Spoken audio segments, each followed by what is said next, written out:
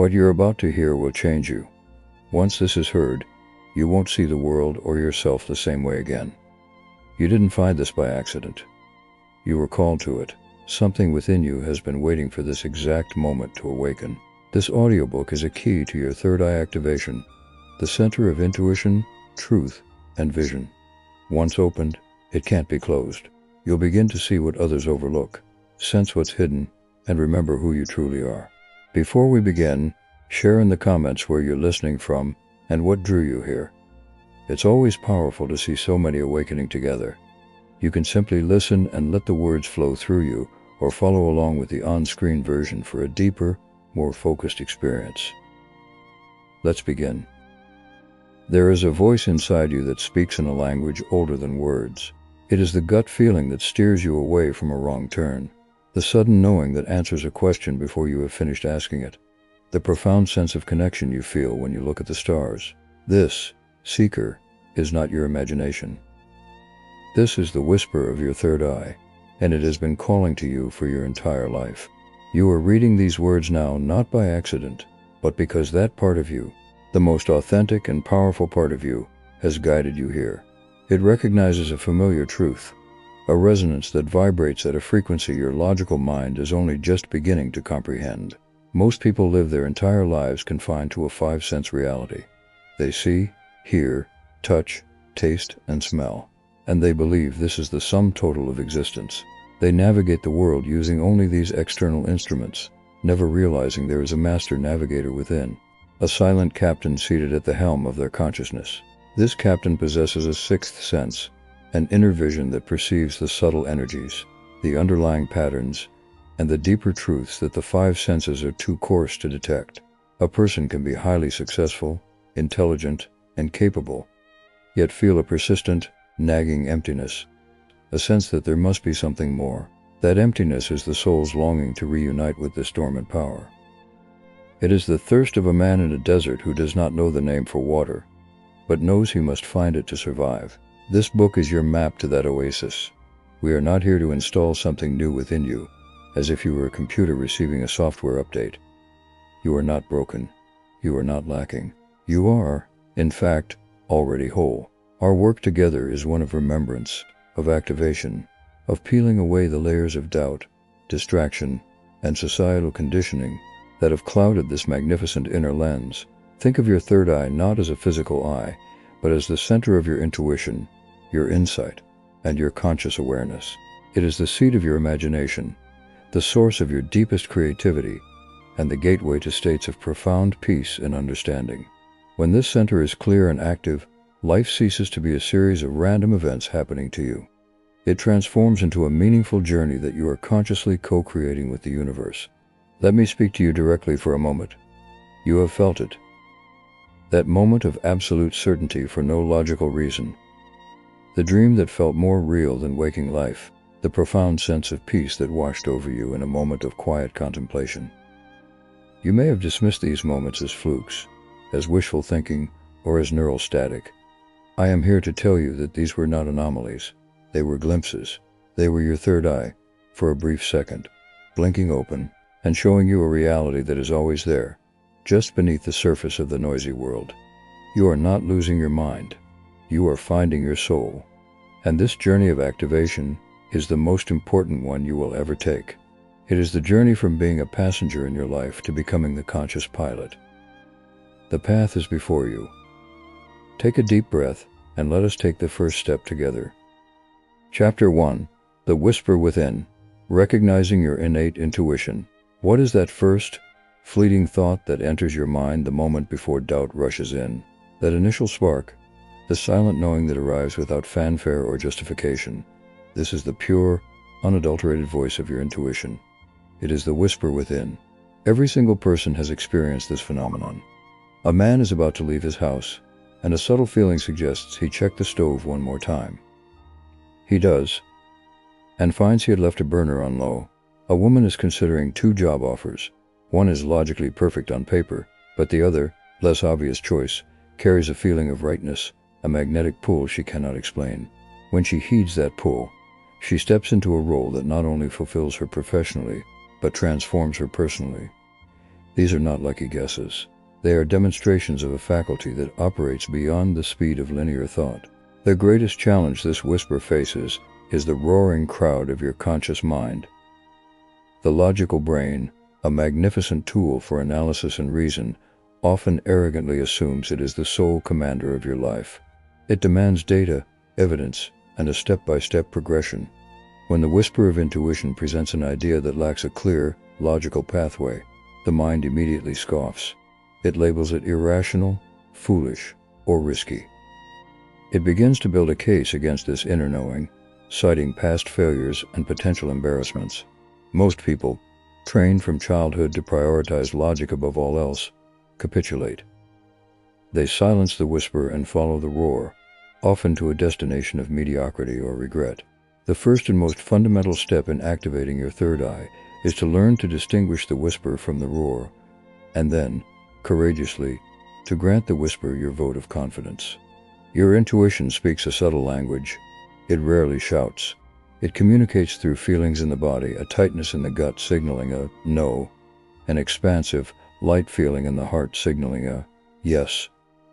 It speaks through recurring dreams, through symbols that seem to pop up everywhere you look, and through that sudden, inexplicable insight that solves a problem you have been stewing over for days. It is the source of the artist's inspiration, the scientist's breakthrough, and the healer's knowing touch. To hear it, you must create quiet spaces in your life. You must, even for a few minutes a day, turn down the volume of the external world, the news, the social media, the endless to-do list, and simply listen. In the silence, the whisper grows stronger. Now, I want you to think of a time you ignored that whisper. Recall the feeling, the subtle internal nudge you overruled. Remember the outcome. It is likely that the memory carries a lesson, a confirmation that the whisper was trying to guide you. Now, think of a time you listened. Remember the feeling of flow, of things falling into place almost effortlessly, as if the universe itself was conspiring to assist you. This is the power you are reclaiming. Starting today, make a pact with yourself. Promise that you will acknowledge the next whisper. You do not have to act on it recklessly, but you will note it. Write it down. Give it a moment of your respectful attention. This simple act is like watering a dormant seed. You are telling your deepest self that you are ready to listen. You are opening a dialogue with the most wise and ancient part of your being. And this, dear listener, is where the magic begins. Chapter 2. Beyond the Five Senses. Unveiling Your Hidden Perception. Human beings are taught from their first breath that the world is what they can see, hear, touch, taste, and smell. This is the foundational agreement of consensus reality. But what if this agreement is a limitation? What if the five senses are merely the most basic instruments for navigating a physical world, while your true being is equipped with a far more sophisticated array of perceptual tools? Consider the radio. In a single room, countless radio waves carrying music, news, and conversations are passing through the air, completely undetected by your senses. It is only when you turn on a receiver, tuned to the correct frequency, that this hidden world of information is revealed. Your third eye is that receiver. The five senses are extroverted. They look outward. They gather data from the external environment and report it to the brain. The third eye, however, is introverted. It looks inward to perceive the subtle, energetic dimensions of the same reality. It perceives the feeling of a room before anyone speaks. It senses the truth behind a person's words, regardless of what their voice is saying. It can feel the momentum of a situation, understanding where events are flowing before the currents become visible to the naked eye. This is not magic. It is a natural, human capacity that has been suppressed by a culture that venerates only the tangible and the measurable. A person who develops this hidden perception does not lose their five senses. They become supercharged because they are now guided by a deeper context. Think of a time you met someone who was smiling and saying all the right things, yet you felt a distinct chill, a sense of unease you could not pinpoint. Your five senses reported: smiling face, pleasant tone, friendly words. Your third eye, your hidden perception, reported dissonance, hidden intention, and energy of insincerity. This is your ability to perceive vibrational truth. Everything in the universe, from a rock to a thought, carries a specific vibrational frequency. Your logical mind cannot decode this, but your third eye is designed specifically for this purpose. It reads the energy. When you walk into a home where a fight has just occurred, you can cut the tension with a knife. You are not imagining that tension. You are perceiving the chaotic, low-frequency energy left behind by the conflict. Let us pause here, and I want you to try a simple exercise. Wherever you are, stop reading and close your eyes. Take 3 deep breaths. Now, without using your eyes, try to feel the space around you. Do not think about it. Just feel. Can you sense the boundaries of the room? Can you feel where the furniture is? Does the space feel open and light, or dense and cluttered? This is not about being right or wrong. This is about awakening a muscle. You rarely use the muscle of non-physical perception. This feeling is the language of your third eye. The more you practice this, the more sensitive you will become. You will start to perceive the energy of people, of places, of opportunities. You will begin to see with a vision that requires no light, to hear a truth that requires no sound. You are not just a body in a world. You are a conscious being interacting with a living, energetic universe. And now, you are learning its true language. Chapter 3. The Seat of Soul. How your third eye shapes your reality. What if your reality is not something that happens to you, but something you project? This is not a philosophical abstraction. It is a fundamental principle of conscious living that the ancients understood and that modern science is beginning to corroborate. Your third eye, often symbolized as the pineal gland at the center of your brain, is more than a metaphorical concept. It is the biological and energetic seat of your consciousness, the very projector through which the film of your life is displayed. The thoughts you think, the beliefs you hold, the visions you nurture in the quiet of your mind. These are not harmless mental pastimes. They are the raw data, the film stock, that your third eye uses to create the reality you experience every single day. A person who constantly dwells on fear, lack, and suspicion is effectively instructing their inner projector to search the universe for evidence of these things. And like a faithful servant, the third eye, tuned to that frequency, will filter perception and attract circumstances that perfectly match the dominant vibration. Their world becomes a threatening, scarce, and untrustworthy place. Conversely, a person who cultivates thoughts of gratitude, abundance, and love tunes their projector to a different frequency. They begin to notice opportunities where others see obstacles. They attract kindness and synchronicity. Their world, while existing in the same physical space, is fundamentally different, lighter, friendlier, and full of possibility. The world has not changed. The projector lens has. This is the immense responsibility and the unparalleled power that comes with third eye activation.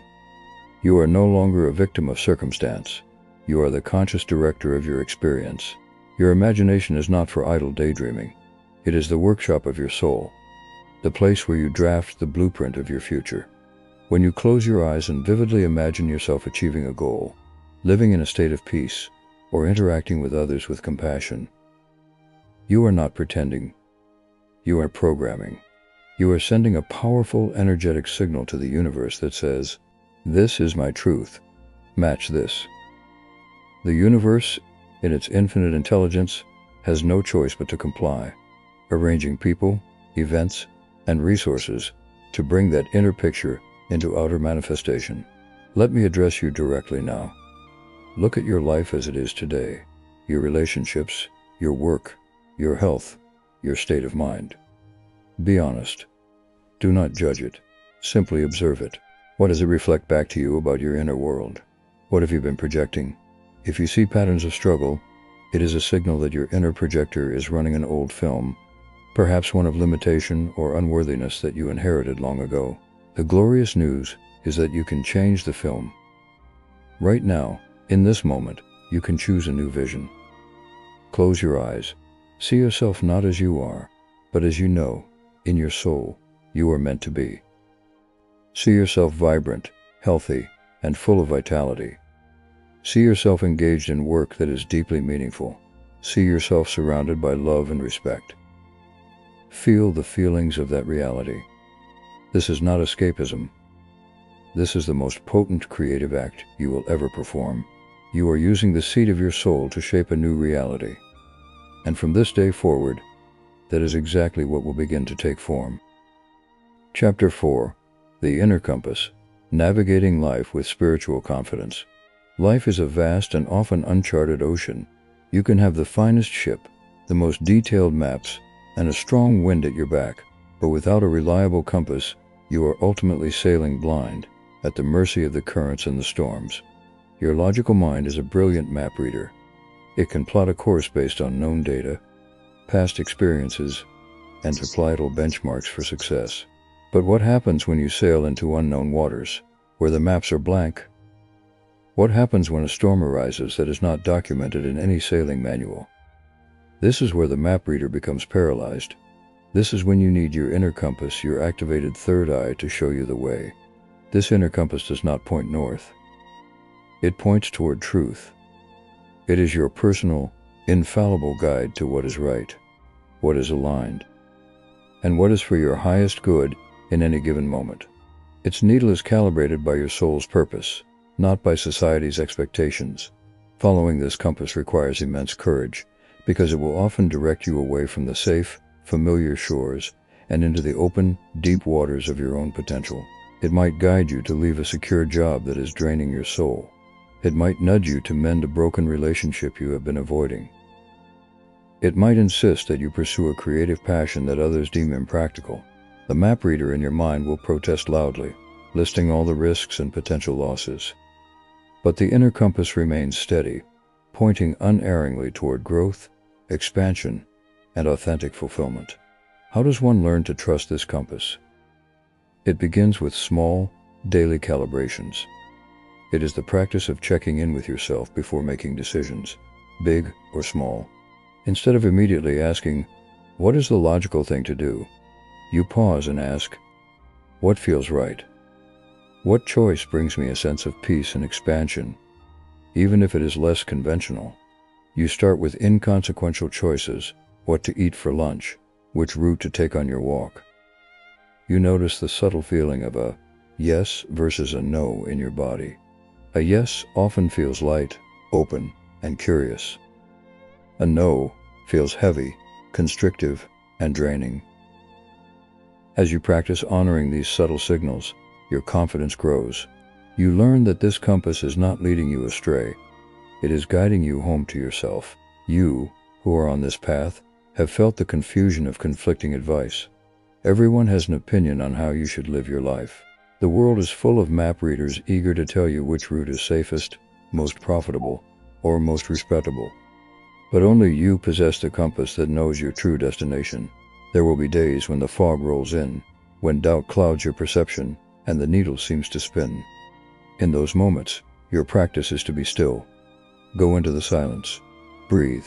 Ask for clarity, not from outside authorities, but from the compass itself. The answer will come. It may not come as a shouted command, but as a gentle knowing, a synchronicity, a sudden inspiration. Trust it. Your journey is unique. Your destination is yours alone. With your inner compass active and trusted, you can never be truly lost. You are always, always being guided. All you must do is learn to follow the needle. Chapter 5. The Visioneering Principle. Building your future from the inside out. An engineer designs a structure first in the mind, then on blue paper, and finally, through physical labor. That vision becomes a skyscraper that defines a city skyline. This is the principle of engineering. Now, apply that same creative process to your own life. You are the engineer of your destiny, but your primary tool is not a computer or a drafting table. It is your activated third eye. This is the visioneering principle, the conscious, deliberate use of your inner vision to design and construct your future experience from the inside out. Most people are merely tenants in the house of their life, living in a structure built by chance, circumstance, and the blueprints of others. A visionary is the architect, the builder, and the grateful inhabitant of a life created with intention. The process begins in the quiet theater of your mind. This is your sacred drafting room. Here, you are not limited by your current bank account, your present relationships, or your past mistakes. Here, you have absolute creative freedom. What do you want to build? Do not just think it. See it. If it is vibrant health you desire, do not vaguely wish to be healthier. Close your eyes and create a full sensory movie of yourself living in that state of health. See yourself moving with energy and grace. Feel the strength in your muscles, the clarity in your mind. Hear your own laughter, rich and full of life. Make the image so vivid, so real, that it evokes a genuine emotional response. This emotional signature is the power that charges the vision. This is not positive thinking. This is creative seeing. Positive thinking is telling yourself, I am successful, while your inner reality still feels like struggle. Creative seeing is experiencing the feeling of success so completely in your inner world that the outer world has no choice but to conform. Your third eye is the bridge between the invisible world of thought and feeling and the visible world of form and experience. It translates your inner picture into outer reality. By aligning your subconscious mind with your goal, your subconscious, which controls your habits, your automatic responses, and your perceptions, then begins to work tirelessly to make the inner vision an outer truth. It will bring to your attention ideas, people, and opportunities that you would have otherwise missed. So, I invite you to become a visionary, starting right now. Take a vision that is dear to your heart. It is time to go to your drafting room. Close your eyes. Get specific. If it is a new career, do not just see a job title.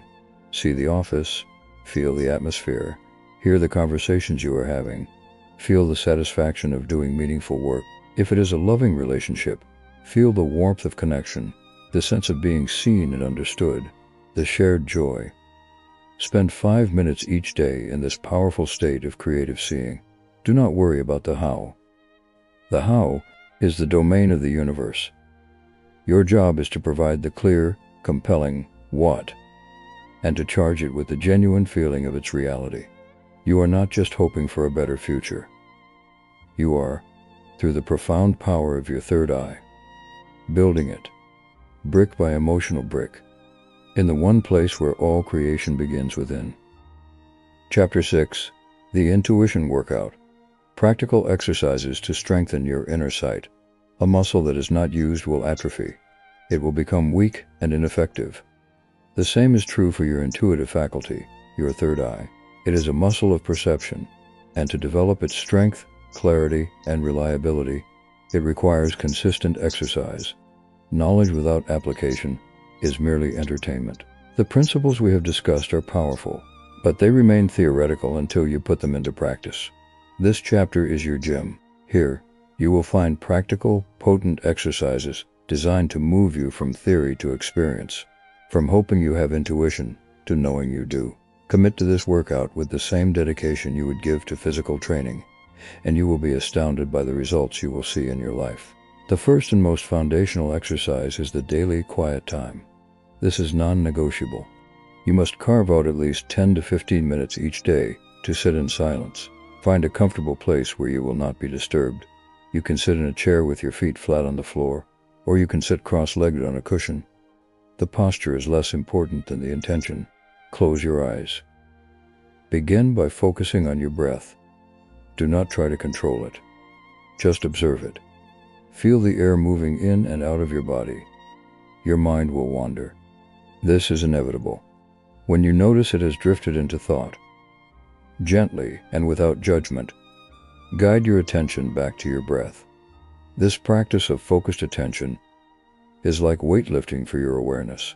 It strengthens your ability to hold a single point of focus, which is essential for clear intuition.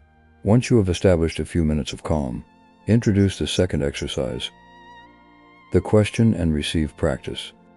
In the space of your quiet mind, ask a simple, open-ended question. It should not be a yes or no question at first. Good starter questions are, What do I need to know for my highest good today? Or, what is my next step toward my goal? Then you simply wait. Do not force an answer. Do not try to logic your way to it. Imagine your mind as a still pond, and you have just dropped a pebble in with your question. Wait for the ripples, the impressions, to return to you. You may receive a word, an image, a memory, or just a knowing. Trust the first thing that comes. Write it down in a journal. The act of writing validates the process and signals to your subconscious that you are taking its communication seriously. A third powerful exercise is the environmental scan. This can be done anywhere, anytime. When you walk into a new room, a meeting, or a social gathering, take a moment to pause discreetly. Close your eyes for just a second if you can, or simply soften your gaze. Take a deep breath and feel the energy of the space. What is the dominant feeling? Is it tense, joyful, anxious, creative? Do not analyze it. Just feel it. Then, turn your attention inward to a specific person. Without staring at them, feel their energy. What is the quality of it? Are they open or closed, centered or scattered? Again, do not judge, simply observe. This exercise sharpens your ability to read the subtle energy fields that your five senses miss. It will make you more empathetic and perceptive in all your interactions. You have the theory. Now you have the practice. The transformation you seek is on the other side of consistent action. Do not skip your daily quiet time. It is the bedrock upon which everything else is built. Your intuition is like a faithful friend. The more you listen to it, the more it will have to say to you. It may feel awkward at first, like any new workout. You may feel you are making things up. Do it anyway. The very fact that you are engaging in this process is sending a powerful message to your deeper mind that you are ready to see, to know, and to understand on a whole new level. Your inner sight is waking up. Feed it with your attention, and it will guide you with a light that never fades. Chapter 7. Dream Weaving. Interpreting the nightly messages of your subconscious. When you close your physical eyes each night, you do not cease to be. You simply shift your consciousness. You step out of the driver's seat of your analytical mind and into the vast, symbolic landscape of your subconscious. This is the realm of dreams, and it is here that your third eye is often most active and unfettered. Your dreams are not random neurological fireworks. They are a profound communication system. They are letters from your soul, written in the language of symbols, metaphors, and emotions, delivered to you each night. To ignore your dreams is to throw away unopened the most personal, insightful mail you will ever receive. The subconscious mind does not communicate in straightforward sentences. It speaks through imagery because a single symbol can contain a universe of meaning, condensing complex emotions, memories, and insights into a powerful, memorable picture. For example, dreaming of being chased is rarely about a literal pursuer. It is a symbolic representation of what you are running from in your waking life. A responsibility, a difficult conversation, a hidden aspect of yourself. Dreaming of a house is almost always a representation of your own mind and psyche. The basement is the subconscious. The attic holds old memories, and each room represents a different aspect of your life. A flooded house might symbolize emotional overwhelm. A new, unexplored room might point to an untapped potential you are discovering. To become a dream weaver, someone who actively engages with and interprets this guidance, you must first demonstrate your willingness to listen. Keep a dream journal and a pen right by your bed. The moment you wake up, before you even open your eyes, before you check your phone or start thinking about your day, lie still. Linger in the twilight space between sleep and waking. What is the last feeling, image, or scenario from your dream? Grasp it. Then, immediately write it down. Do not worry about grammar or coherence. Just capture the fragments. Often, as you begin to write, more of the dream will come back to you. This simple act tells your subconscious, I am listening. Your messages are important to me. Now, when you have recorded a dream, do not rush to a generic dream dictionary. The most accurate interpreter of your dreams is you. Look at the key symbols. Let's say you dreamt of a car with no brakes. Ask yourself, what does a car represent to me? Is it my journey, my body, my career? What does having no brakes feel like in my life right now? Where do I feel out of control? The answers that arise from within you will be far more precise and meaningful than any external definition. The emotion you felt in the dream is your greatest clue. Fear, joy, curiosity, frustration. These are the authentic responses to the symbolic situation, revealing how you truly feel about something beneath the surface of your waking awareness. Your dreams are a nightly counsel with your highest self. They offer solutions to problems, warn you of misalignments, show you your hidden fears, and, most beautifully, they reveal your deepest desires and potential. They are a playground for your third eye. By engaging with them, you are strengthening that inner vision and building a conscious bridge between your waking and dreaming self. You are no longer sleeping through a third of your life. You are using that time for profound inner work and revelation. Tonight, before you sleep, set an intention. Say to yourself, I will remember my dreams. I am open to receiving guidance. Then place your journal by your bed. You are about to open a dialogue with the wisest part of you. Pay attention to what it has to say. Chapter 8. The Shadow and the Light. Integrating all parts of yourself for clear vision. There is a universal tendency in human nature to want only the light. We want the joy, the peace, the love, the success. We want to be seen as good, kind, and capable. But what of the other parts? The jealousy, the anger, the fear, the laziness, the hidden insecurities. Most people spend a tremendous amount of energy repressing these aspects, pushing them down into the dark basement of the subconscious, hoping they will disappear. They do not disappear.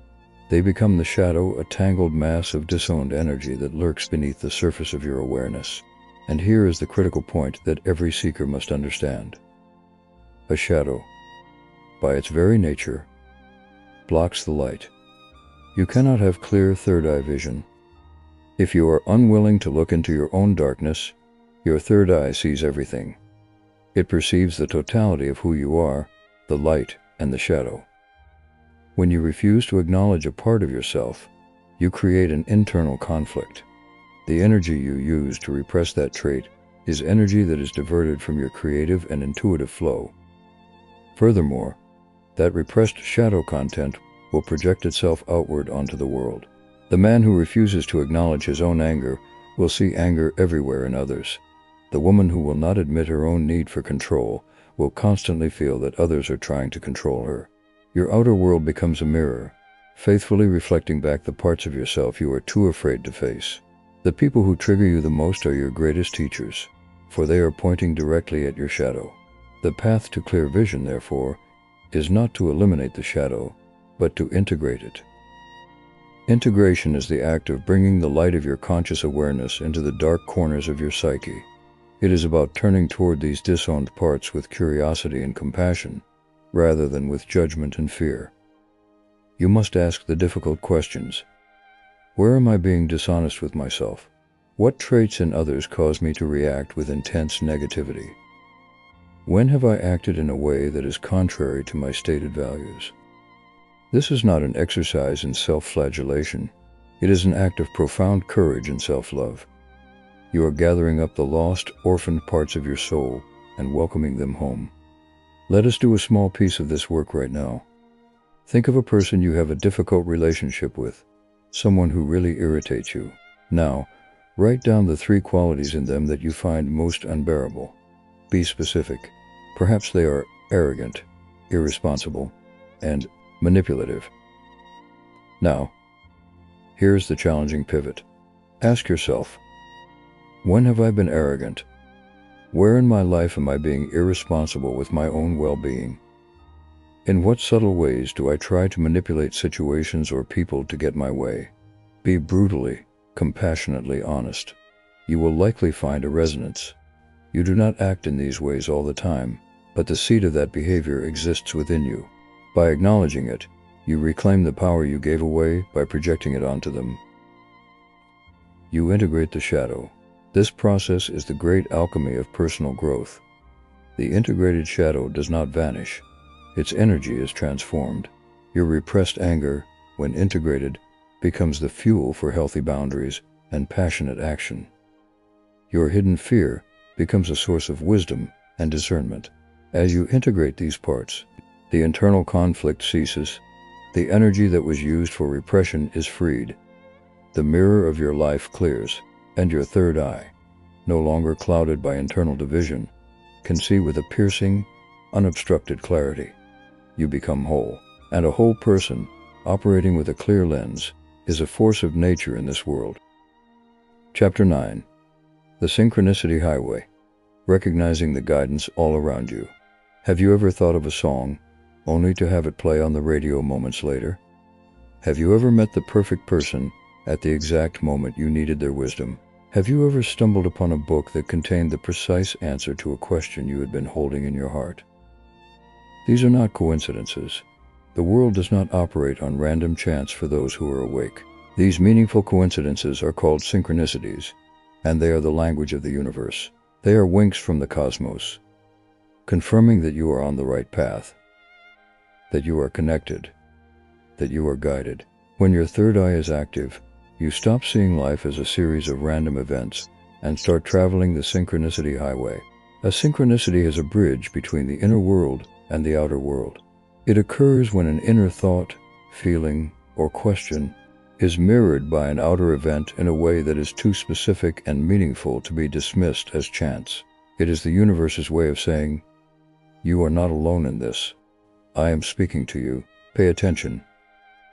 Before your third eye is fully activated, these events may happen, but they often go unnoticed or are quickly rationalized away. The mind, the great skeptic, will say, "It was just a coincidence." But the soul knows the truth. As you cultivate your inner sight, you become more sensitive to this subtle dialogue. You start to expect guidance, and because you expect it, you notice it more. Your life becomes a fascinating, interactive conversation with the intelligence of life itself. How can you encourage more synchronicity in your life? The first step is to ask questions. Be in a constant state of dialogue with the universe. Ask for a sign. Ask for the next step.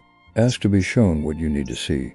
Then, and this is crucial, you must release your attachment to how the answer will come. You must become a detective of the divine, looking for clues everywhere. The answer to your question about a relationship might come from a snippet of conversation you overhear in a coffee shop. The solution to a work problem might appear in the pattern of leaves blowing in the wind. The universe is endlessly creative in its methods of communication. Your job is to hold the question, hold the faith, and stay open and observant. I want you to try an experiment today. Before you leave your home, or before you engage in your day, ask a simple, positive question. Something like, "Show me something beautiful today," or "Guide me to an opportunity to be kind." Carry that question lightly in your heart. Then go about your day, but with the alert, curious awareness of a hunter, not for game, but for meaning.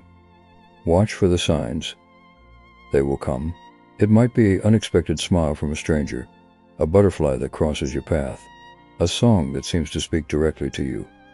When you see it, acknowledge it. Silently say, "Thank you. I see you." This acknowledgement strengthens the connection. It tells the universe you are a willing participant in this cosmic dance. The synchronicity highway is the most joyful and affirming aspect of the awakened journey. It transforms life from a lonely, linear grind into a magical, mysterious adventure. You are no longer a solitary traveler on a long, empty road.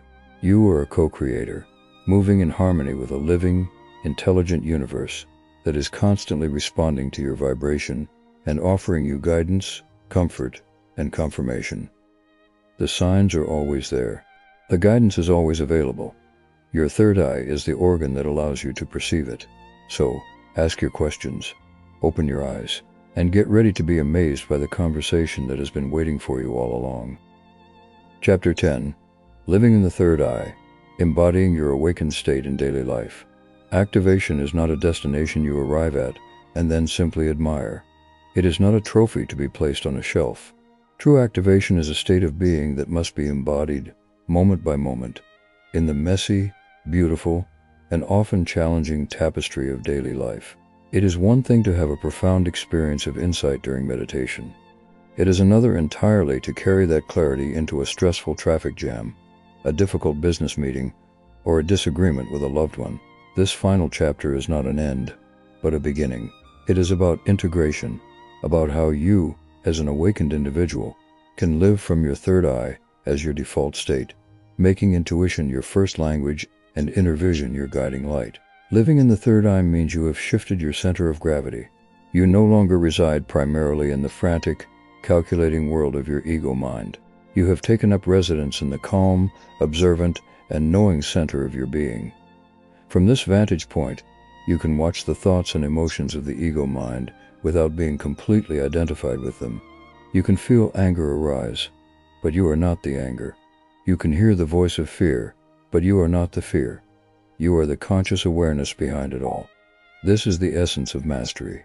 This does not make you emotionless. It makes you the master of your emotions, rather than their slave. Your responses to life become conscious choices, not automatic, conditioned reactions. So, how does this look in practice?